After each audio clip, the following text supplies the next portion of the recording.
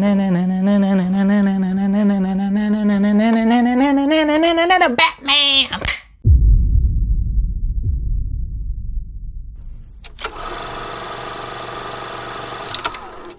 Welcome back, ladies and gentlemen, to another episode of Eugene Reviews. I'm your host, Eugene Burnaby, and today's movie will be none other than the masterpiece de resistance of comic book films, The Dark Knight. Now, you can tell by my enthusiasm how much I'm eager to be reviewing this film. Quick history about my viewings of this. When it came out in theaters back in 2008, around July, was it July 18th, 2008? Someone fact check me on that.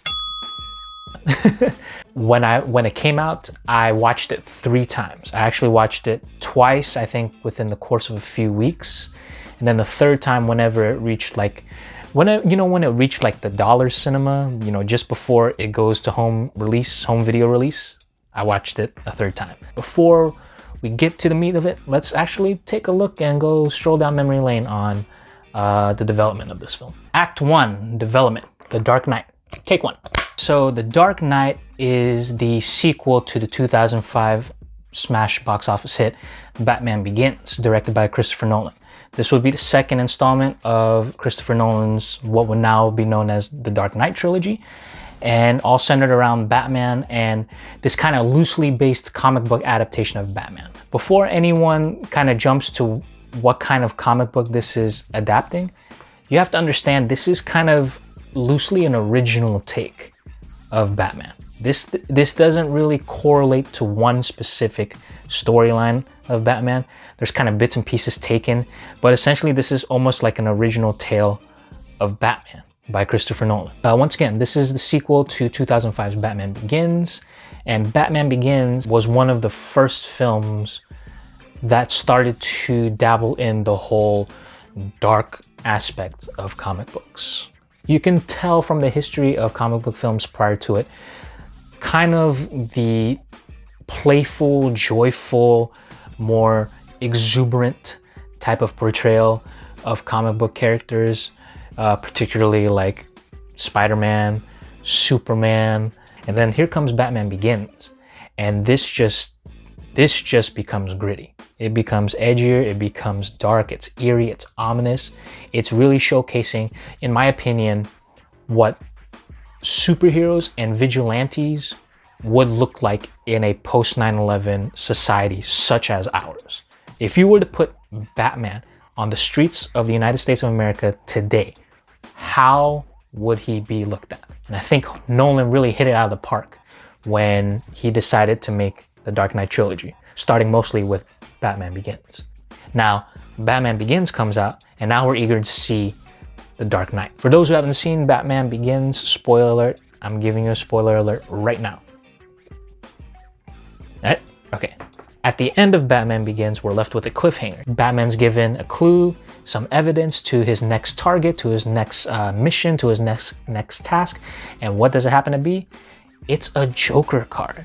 It's a Joker card, and anyone who loves Batman, who knows Batman, who breathes Batman, knows that means he's gonna go after the Joker.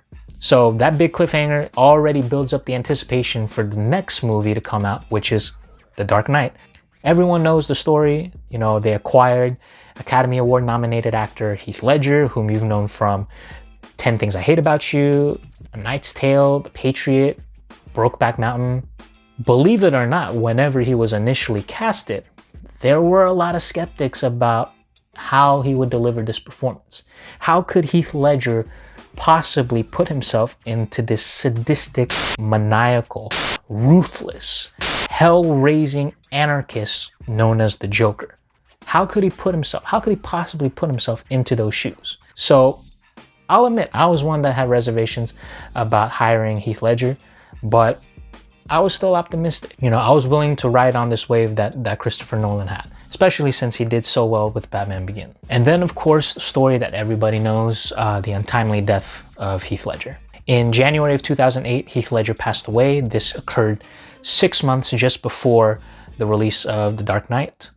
From what I was able to research, Heath was able to shoot all of his shots before his untimely death. So everything that you did see in The Dark Knight was Heath Ledger. There was no stand-ins, there was no stunt doubles, there was no body double, there was nothing. There was nobody that was replacing Heath Ledger. That was all Heath Ledger on the screen. That's one aspect to look at in its production.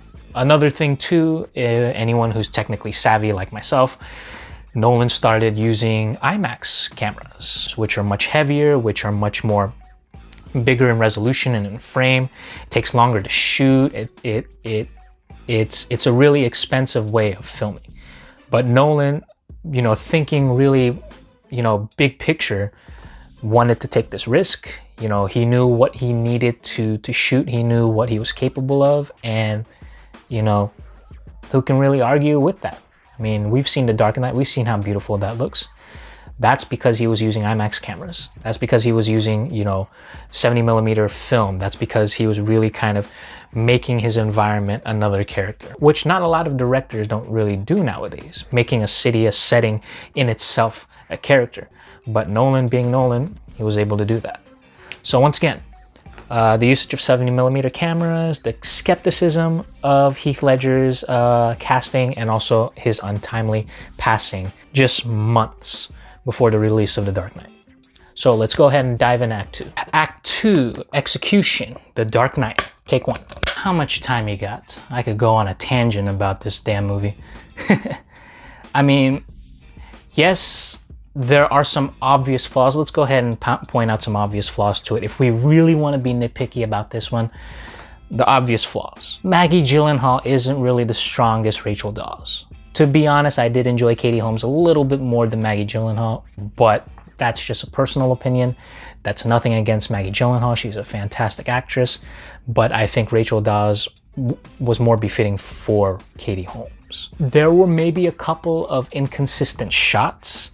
In particular, a scene where Joker says, a little fight in you. I like that. And then all of a sudden, out of nowhere, then you're gonna love me. Batman just pops out of nowhere. I don't know. For me, I don't know if it was meant to be cut that way, if it was supposed to be shot that way, if he just popped out of thin air. I don't know. But that right there, that and Maggie Gyllenhaal, is me being really, really nitpicky. Now that aside, let's talk about the film. Holy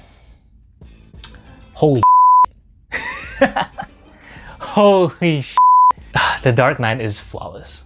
It's flawless. Just the scale of it, the way it was shot, the suspense, the thrills, the vulnerability that it showcased. A lot of superhero films make the heroes mighty and invincible and incapable of being taken down. This was probably one of the first films that I left thinking to myself, the hero is so vulnerable. The hero's shield is broken. And it's really fascinating to see it all unfold. What I love too is Nolan's eagerness to expose ambiguity in his films. If you see any of Nolan's previous works, you'll see that his conclusion of each of his films always kind of showcase a sense of ambiguity, which means that there's open-ended theories to their endings. Like Inception, for instance, my favorite film of all time. The top spinning. Is he still dreaming? Is he not? It leaves you wondering. It doesn't leave you saying, this is the ending. No, it gives you an open-ended kind of subject to think outside the box, to think for yourself what you think the ending is. And The Dark Knight's no different. I like the sense of open-ended, unfinished business with The Dark Knight, with everything that transpired, with him on the run, taking the blame for Dent's murder, Alfred burning the letters, Lucius destroying the system that was made in play, the sonar system, the destruction of the bat signal, just this really kind of cliffhanger ending like he did with Batman Begins. It's really fascinating, and I think was a cherry on top of a great film. Of course, we have to talk about Heath Ledger. We've got to talk about Heath Ledger. As I had spoken in my previous video, you can't mention Tony Stark without Robert Downey Jr. You can't mention Heath Ledger without mentioning the Joker. Wow. A performance that he really did leave behind for us to be in awe of. He's been gone for 12 years. You know, that performance still resonates. Just the twist, you know, kind of the physical movements, his voice, the laughter, his methodical tactics and take onto taking out the Batman. It's a really well played out character. And what's great is the ambiguity also of the character. There's no set background of this character. You don't know anything about this character except for the fact that, like what Alfred said, he just wants to watch the world burn. And I like too, it's Heath's take. You know, you've seen Jack Nicholson's portrayal. You've seen the 1966 portrayal of Joker. You've seen Mark Hamill's, you know, voice acting as Joker. And they all have their own taste and their own spin and their own originality to it. This is Heath Ledger's Joker. And this Joker happens to be an anarchist with cuts in his face. And it's moving, it's gripping. And because of that, you know, it was the driving force behind what made this film one of the best, if not the best, comic book film of the 2000s. A lot of great action sequences. I think the scale of action sequences that Nolan shot was pretty magnificent. From the hospital destruction to the chase, you know, the motorcycle chase, to the final sequence in the abandoned building with the two boats. I think that everything from top to bottom, it just checks off. Just the thrills, the real like spine tingling type of sequences, whether if the building's gonna blow up or if the boat's gonna blow up, if this person's gonna get killed. There's a couple good scares too. I'm not gonna lie. There was a couple good scares that got me, that I think got a lot of people when they saw this film, that you wouldn't really expect from a comic book film. And it just attests to how great of a story was developed from this film. The performances, the overall scale and how Gotham was shot, and even going to Hong Kong. Another portion of the film that I liked too was the beginning sequence, the robbery sequence. You can tell obviously how this was derived from a scene from Heat with Robert De Niro and Al Pacino. It's a cool, thrilling scene. It's a very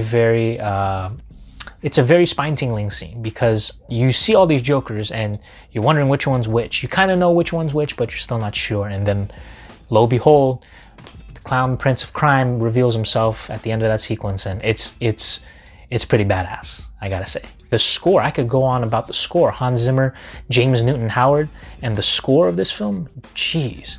I could go a whole separate video on that. But I only have a certain amount of time, and, you know, I could only fanboy for so much. Even though it's a lengthy near 2.5 hours, you're gonna feel like it doesn't even take that long because you're so stuck and succumb to the world of Gotham during that time frame. Act 3, response. The Dark Knight, take 1.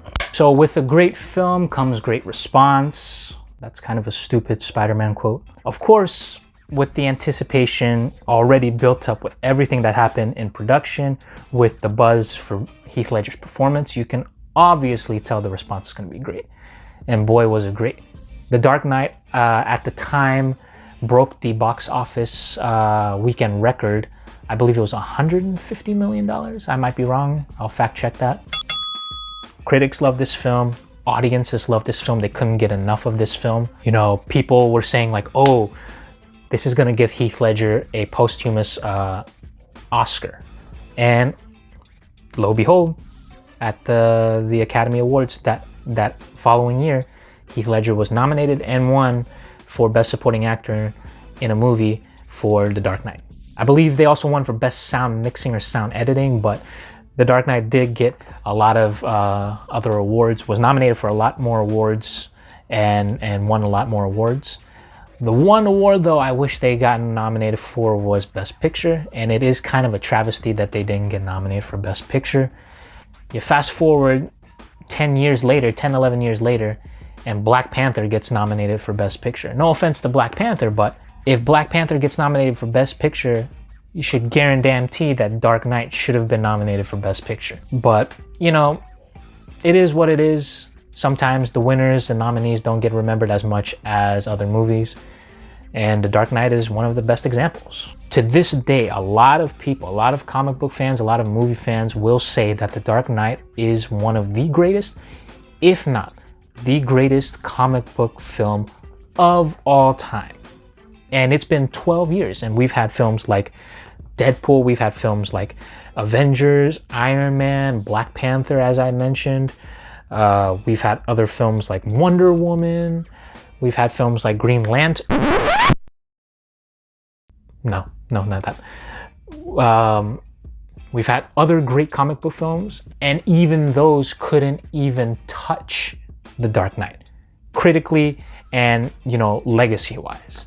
It was such a groundbreaking film. It was such a groundbreaking film for showcasing the vulnerability of a character such as Batman, for showing a sadistical side like the Joker. And when you have those two powers at play, you know, you're gonna make magic. For me, also, this is my favorite comic book film of all time. It's my second favorite film of all time. And yeah, it's rewatchable. I still watch it anytime it comes on cable TV. You know, there's a lot of memorable sequences. There's a lot of memorable scenes, a lot of memorable lines that people still say to this day, like, why so serious? You know, how I got these scars. Some men just want to watch the world burn. Batman's grizzled gibberish talking. Where's my wife? Where are they? Where are they? That was terrible. It's still remembered to this day. It's got a great legacy. Broke a lot of records, won a lot of awards, and rightfully so. It's a great film. So we've gone through all three acts. Let's go ahead and hit the verdict so we can wrap this up. Final verdict on The Dark Knight. The Dark Knight is the most memorable, is one of the most groundbreaking, is one of the most critically acclaimed comic book films of all time. There is not a film prior or even after that can say they've reached the level of grittiness, that reached the level of realism, that reached the level of sensational, you know, sequences that The Dark Knight did. You can't find another set of performances like Bale's performance and Ledger's performance in one single film, let alone one comic book film. And The Dark Knight's legacy still holds on to those who love Batman, to those who love film, to those who were floored by just the sheer ambiance of seeing Batman battle the Joker and seeing Batman talking. I think even the talking of Batman has its own legacy in itself. You know, where's Martha? Where is she? Where's my ice cream? ¿Dónde está la mochila? Where are they? Do you want to build a snowman? Swear to me. But anyways, great performances, top-notch direction, great story, thrilling scenes, just the drama that comes with seeing a vulnerable superhero and everything in between. I'm gonna give The Dark Knight a 1-0 out of 10. That's supposed to be 10. I tried to get you. I hope I got you. Gotcha, bitch! No, but in seriousness, what more can I say? This film is a 10 out of 10. Or as the kids would say, 10 out of 10 would recommend. I'm getting old. All right, so that's my take on The Dark Knight. If you have a different opinion about it, if you think The Dark Knight sucks, and I know there's probably a good handful of people that would say that, you'd be surprised.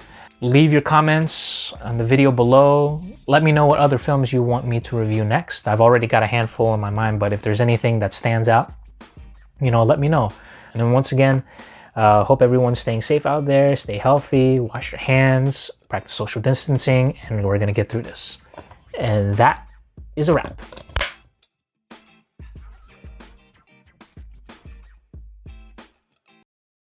Where are they? How the f does he do this?